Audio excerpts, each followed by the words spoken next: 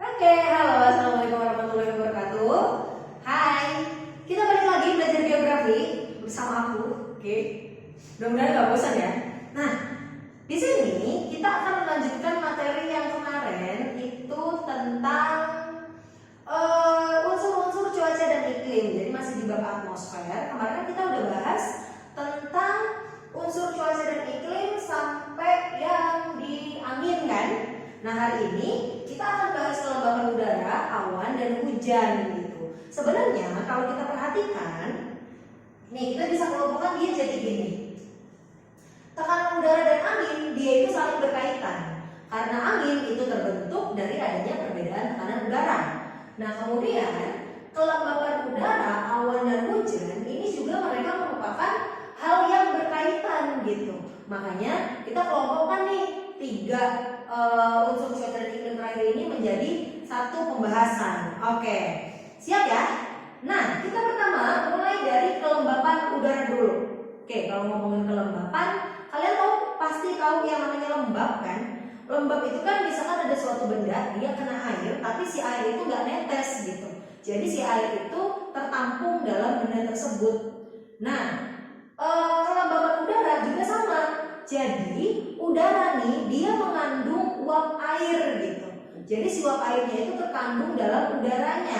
Itu yang kita kenal dengan istilah kelembapan udara. Ini kandungan uap air yang ada di dalam udara.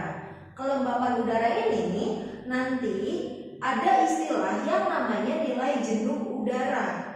Nilai jenuh udara itu adalah nilai udara atau uap air maksimal yang dapat ditampung dari udara tersebut. Jenuh kan artinya full kan. Jadi nilai jenuh udara itu adalah uap air maksimal yang dapat ditampung dalam udara. Seperti itu. Kemudian yang kedua ada yang namanya kelembapan mutlak. Mutlak itu kan artinya pasti kan. Oke. Mutlak itu artinya pasti. Jadi pasti atau mutlak di sini kelembapan mutlak itu adalah uap air yang tertampung dalam 1 meter kubik udara. Oke, kelembapan mutlak adalah uap air yang tertampung dalam 1 meter kubik udara. Seperti itu. Jadi tiap 1 meter kubik itu uap airnya ada berapa? Itu namanya kelembapan mutlak. Terus yang ketiga ada yang dikenal dengan istilah kelembapan relatif. Oke, kelembapan relatif itu apa? Kelembapan relatif adalah perbandingan antara kelembapan mutlak sama nilai jenuh udaranya. Oke, jadi kelembapan relatif itu adalah perbandingan antara kelembapan mutlak sama nilai jenuh udaranya. Karena dia dinyatakan dalam persen, makanya kita kalikan dengan 100%. Gitu. Nah, sekarang kita ke contoh soal. Karena biasanya di kelembapan udara, teman-teman nanti diminta untuk menyelesaikan soal gitu. Soalnya itu seperti ini. Dalam 1 meter kubik udara dengan suhu 25 derajat Celcius terkandung uap air sebanyak 3 gram. Oke, pada suhu yang sama, uap air yang dapat ditampung udara tersebut sebanyak 15 gram. Maka kelembapan relatifnya adalah berapa? Kita tulis dulu rumusnya. Kelembapan relatif sama dengan kelembapan mutlak dibagi sama nilai jenuh udaranya. Karena dia diminta dalam persen, maka kita kali dengan 100%. Oke, nah sekarang kita tentukan nih mana yang kelembapan mutlak, mana yang kelembapan relatif. Ingat, kelembapan mutlak itu adalah uap air yang terkandung dalam 1 meter kubik udara. Oke, dalam 1 meter kubik udara dengan suhu 25 derajat terkandung uap air sebanyak 3 gram. Berarti 3 gram ini adalah kelembapan mutlak. Oke, saya. Yang kedua, nilai jenuh udara itu adalah uap air maksimal yang dapat ditampung dalam udara tersebut. Nah, terus pada suhu yang sama uap air yang dapat ditampung udara tersebut sebanyak 15 gram. Berarti 15 gram di sini adalah nilai jenuh dari udaranya. Sekarang kita bisa masukin angkanya. Kelembapan udaranya ada 15 gram dikali 100%. Ini kan coret-coret kan, berarti 1/5 atau jadinya 100/5. Oke, jadi sama dengan 20%. Itu tadi hasil dari kelembapan relatifnya. Oke, gampang ya. Nah, nanti teman-teman coba cari 5 soal dulu buat latihan. Coba kerjain sendiri, bisa atau enggak, dapat atau enggak gitu jawabannya. Oke, kalau nanti udah selesai, kita lanjut ke materi berikutnya. Nah, kita tadi udah belajar tentang kelembapan udara. Kelembapan udara itu kan berarti kan uap air nih yang tertampung dalam udara. Ketika uap air tersebut dia mengalami pengembunan dan kemudian uap air tersebut dia berkumpul, maka terbentuklah yang namanya awan gitu. Jadi tiap hari kan kita lihat awan tuh, lihat awan kan ada gitu di atmosfer. Nah, awan itu ternyata adalah hasil dari pengembunan uap air seperti itu. Oke, di sini prosesnya ada penguapan, kemudian terjadi pengembunan, kemudian terbentuklah awan seperti itu. Nah, awan itu kan nanti dia macam-macamnya kan ada gitu ya, ada jenis-jenisnya, jenis-jenis awannya. Ternyata jenis-jenis awan itu kita bisa mengenali awan tersebut dengan melihat namanya nih. Awan itu punya nama depan sama nama belakang. Jadi nama depan awan tersebut akan menunjukkan ketinggian dari awan tersebut. Sedangkan nama belakangnya dia akan menunjukkan bentuk dari awan tersebut. Oke, sekarang kita lihat. Nah, berdasarkan ketinggiannya nih, awan tinggi itu dia nama depannya itu adalah cirrus. Atau kalau ada awan yang namanya cirrus itu udah pasti awan tinggi. Ingat ya, awan tinggi itu dia nama depannya cirrus. Oke, yang kedua itu adalah awan sedang. Awan sedang itu nama depannya alto. Jadi kalau ada awan yang nama depannya alto itu adalah awan sedang. Yang ketiga itu awan rendah. Awan rendah itu nama depannya strato. Jadi ketika ada awan yang nama depannya strato atau ada nama awan stratus itu sudah dipastikan dia adalah awan rendah. Gampang kan? Nah, ini tadi dia nama depan awan yang menunjukkan ketinggian. Sekarang kita lihat nama belakangnya. Nama belakang awan itu dia akan menunjukkan bentuk dari awannya. Coba ingat-ingat deh, awan bentuknya kayak gimana aja yang udah pernah teman-teman lihat. Pasti kan dia ada yang bergerombol, dia ada yang berserat, terus ada juga dia kayak kelambu gitu kan. Nah, bentuk awan itu kita bisa kelompokkan menjadi 2 bentuk. Ada yang bergerombol, ada yang berserat atau menyerupai lampu. Nah, kalau yang bergerombol itu kita kenal dengan nama awan cumulus. Oke, kalau ada awan yang nama belakangnya ada cumulus-cumulusnya nih, dia itu termasuk awan yang bergerombol gitu. Nah, terus kalau dia itu awan yang berserat bentuknya, nah dia itu namanya stratus. Oke, jadi kalau ada awan yang nama belakangnya itu stratus, itu namanya atau bentuknya itu dia berserat gitu. Bisa kan? Nah, sekarang coba dulu deh. Kalau misalkan ada awan yang namanya cirrocumulus, berarti awan itu ada di ketinggian yang paling atas sama bentuknya bergerombol karena dia cirrocumulus. Oke. Kalau ada yang namanya altostratus, alto berarti dia itu menengah atau sedang yang bentuknya berserat. Oke, bisa ya? Gampang kan? Itu tadi dia nama-nama awannya. Nah, sekarang kalau awan yang punya nama nimbus, pasti kan pernah dengar tuh ada awan yang namanya nimbus-nimbus, kayak nimbus stratus atau cumulonimbus. Nah, itu adalah awan yang menghasilkan hujan gitu. Jadi kan awan nanti kan bisa menghasilkan hujan kan. Kalau awan ada yang nama nimbus-nimbusnya itu bisa menghasilkan hujan dari kriteria hujan sedang sampai hujan lebat seperti itu. Jadi ingat, yang ada nama nimbusnya dia itu adalah awan hujan gitu. Terus cumulonimbus ini spesial nih awannya.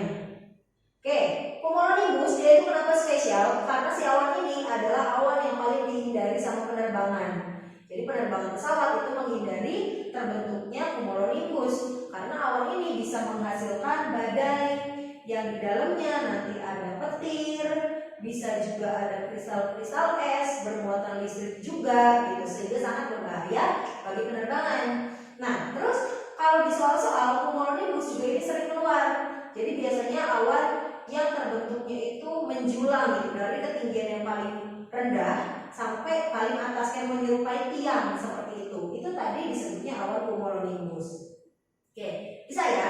Nah, di sini ada nama beberapa jenis-jenis awan. Nanti coba kita klasifikasikan dia itu jenis ketinggiannya yang mana, terus bentuknya apa. Pertama cirrus. Oke, kalau cirrus berarti dia itu awan tinggi, betul. Cirrocumulus. Cirrocumulus itu berarti cirro dia ada di atas ketinggian paling tinggi, kemudian cumulus bentuknya bergerombol. Terus ada cirrostratus, terus dia itu ada di ketinggian yang paling atas dan bentuknya itu berserat. Oke, nanti ketika teman-teman catat materi ini, nanti dikasih space ya. Jadi nanti cirrus nih kasih keterangan sendiri apa coba. Cirrocumulus nanti kasih keterangan sendiri itu apa. Oke, bisa ya. Nanti bisa di cross check ke kakak-kakaknya di cabang masing-masing. Bisa langsung nanya sama kakaknya, bener gak di jawabannya? Gitu. Oke. Nah, selanjutnya terakhir kita akan bahas tentang hujan. Hujan tadi kan dia akan tercipta dari si uap air yang terkandung dalam awan. Jadi uap air yang terkandung dalam awan nanti ketika si awan itu sudah mencapai titik jenuh atau dew point namanya, si awan tersebut sudah tidak dapat lagi menampung uap air atau menampung airnya, sehingga airnya itu jatuh nanti membentuk hujan seperti itu. Nah, hujan kan biasanya kan bentuknya air kan, tapi ada juga dia itu yang berbentuk es atau yang berbentuknya itu salju. Di sini yang membedakan adalah proses pembekuannya, waktu pembekuannya. Jadi kan awan ini nanti dia kan pertama dari uap air dulu. Uap air itu nanti berubah menjadi titik-titik air. Titik-titik air makin besar, dia itu akan jatuh membentuk hujan yang dalam bentuk air. Tapi ketika dalam bentuk uap air nih, si uap air ini mencapai titik beku atau 0 derajat, maka uap air ini akan membeku dan terbentuklah salju seperti itu. Kalau si uap air ini dia berubah menjadi cairan, menjadi titik air lagi dan membeku, maka terbentuklah hujan es seperti itu. Itu tadi yang membedakan kenapa bisa ada salju, ada es, sama ada air seperti itu bentuk hujannya. Oke, sekarang kita kenali dulu jenis-jenis dari hujan. Hujan itu yang pertama ada yang namanya hujan zenital. Hujan zenital atau hujan ekuator atau hujan khatulistiwa. Itu sejalan atau sama dengan namanya. Hujan tersebut itu terjadi di wilayah khatulistiwa gitu. Jadi di khatulistiwa kan panas kan? Ketika udara itu dipanasi, maka udara itu akan dipaksa untuk naik. Nih, makanya tanda-tanda kan ke atas gini. Nanti udara dipaksa naik sampai atas di ketinggian tertentu. Si uap air tadi atau udara tadi yang naik akan berubah menjadi awan. Awan makin bergumpal, makin banyak uap airnya, maka turunlah hujan seperti itu. Nah, ciri-ciri dari ciri-ciri dari hujan zenital itu biasanya dia terjadi di wilayah sempit, terus dia itu banyak petir, biasanya terus dia itu hujannya lebat, biasanya kayak gitu.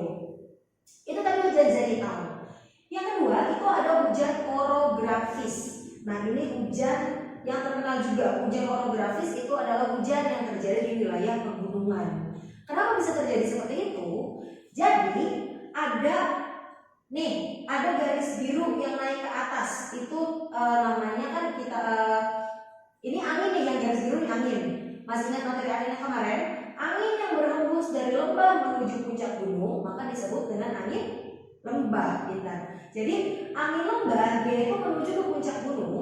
Selama si angin ini berjalan di sekitar lereng gunung, maka si angin itu akan membawa uap-uap air yang ada di daerah yang tadi dia lewati.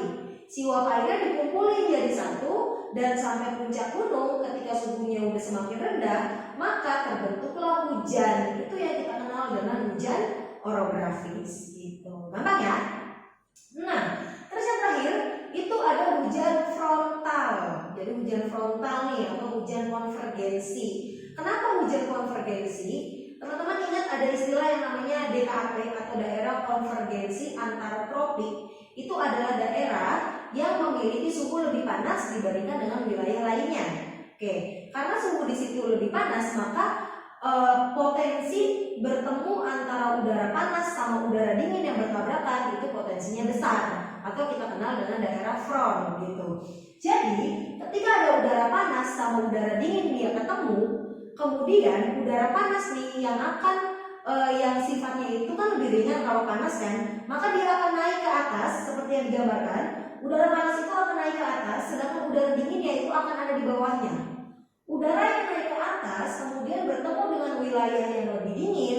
Tadi udaranya yang membawa air tentunya, dia itu bergumpal menjadi satu, menjadi sebuah awan dan terjadilah hujan seperti itu. Oke, bisa ya? Itu tadi materi tentang unsur cuaca dan iklim, mengenai kelembapan udara, terus ada awan dan juga hujan. Oke, itu tadi unsur-unsur cuaca dan iklim selesai. Nanti selanjutnya kita akan membahas tentang klasifikasi iklim gitu. Oke, sampai di sini video kita kali ini. Semoga bermanfaat. Nanti kalau masih ada yang mau ditanya lebih lanjut, boleh langsung chat kakaknya atau tanya langsung sama kakaknya. Oke, terima kasih. Assalamualaikum warahmatullahi wabarakatuh.